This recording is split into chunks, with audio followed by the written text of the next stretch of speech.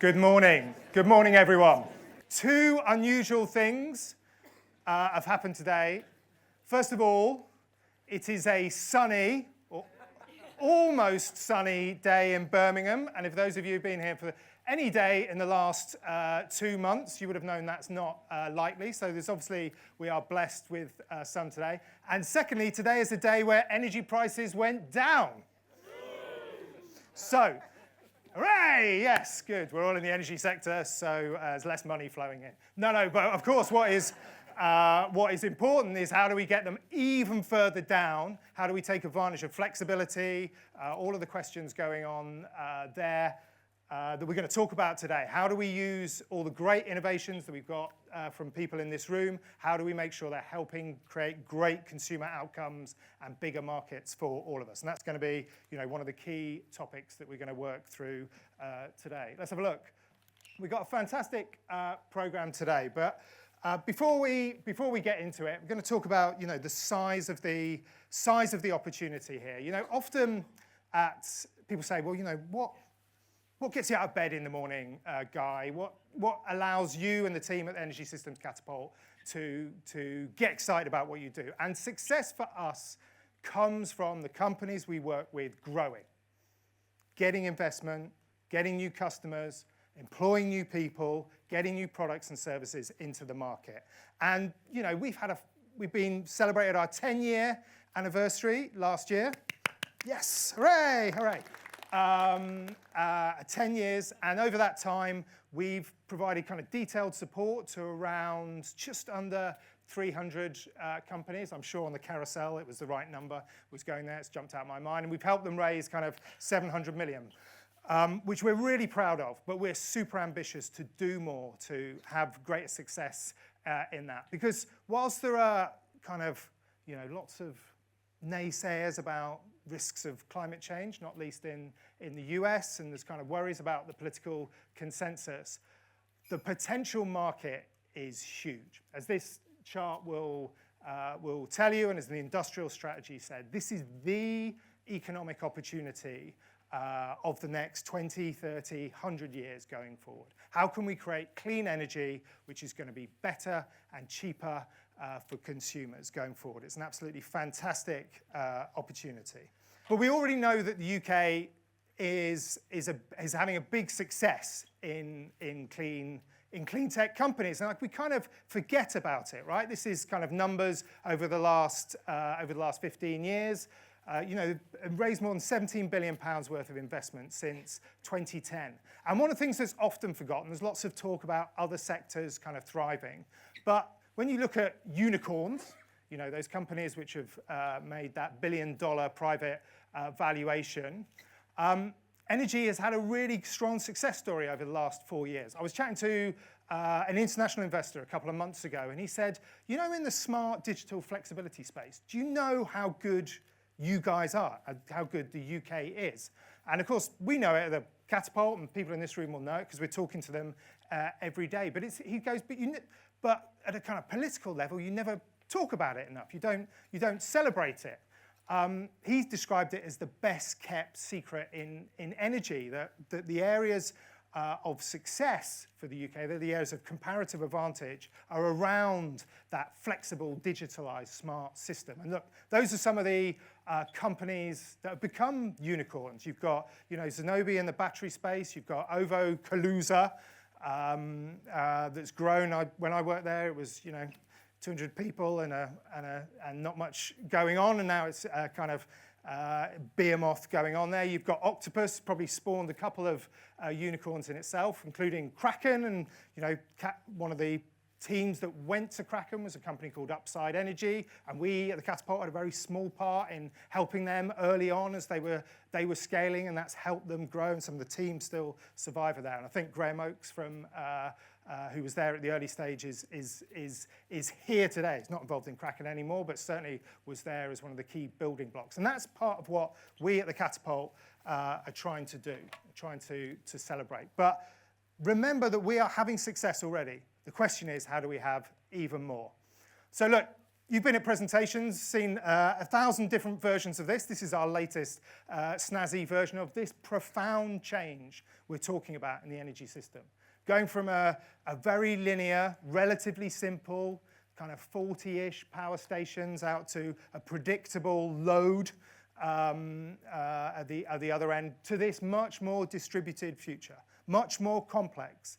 Much more need for data and digital to flow appropriately to make sure the system works together. And that is a huge market opportunity that we're going to talk about. Now, you can't get through a presentation from the CEO of the Energy Systems Catapult without us talking about the importance of system thinking. But it is important because it is about making sure that market opportunity is realized. This system needs to work. It needs to work from the sources of generation through the pipes and wires, through the buildings and the different types of buildings that we're going to have. And it needs to work for those people on the other side of the meter. Voters, consumers, citizens.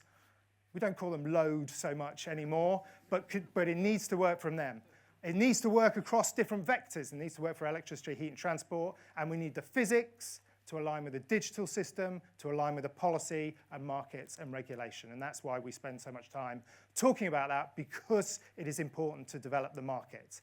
And we're going to talk a lot today about the kind of pink side of this chart here, the kind of energy systems models, and some of the modeling output that we do.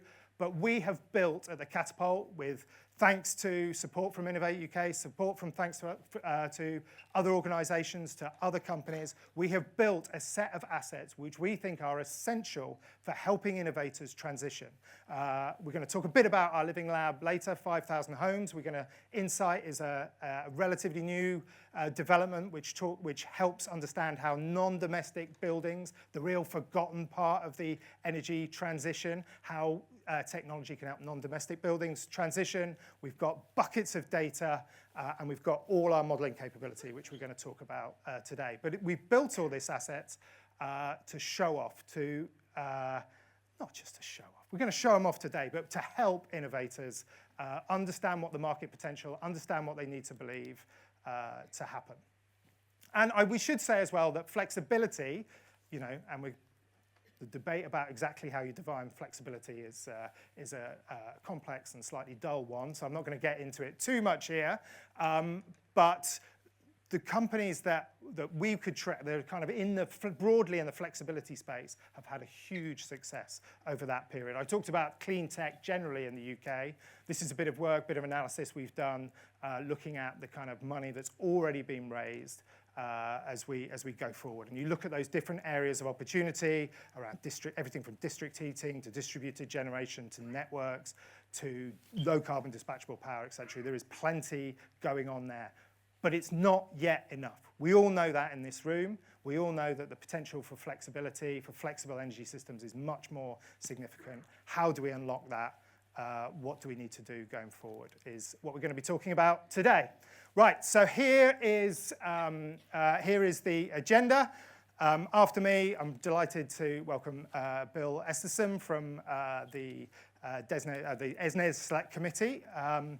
Then Dan Murren is going to try and give a 20-minute, cram into 20 minutes, months and months of work from people across the Catapult. So he's going to give you a high-level flavour of that. I would say, if you want the full report, there is a QR code. There's a couple of QR codes on the back of your invite. When I worked at OVO in 2014, I remember the government mandated we had to say, put QR codes on bills.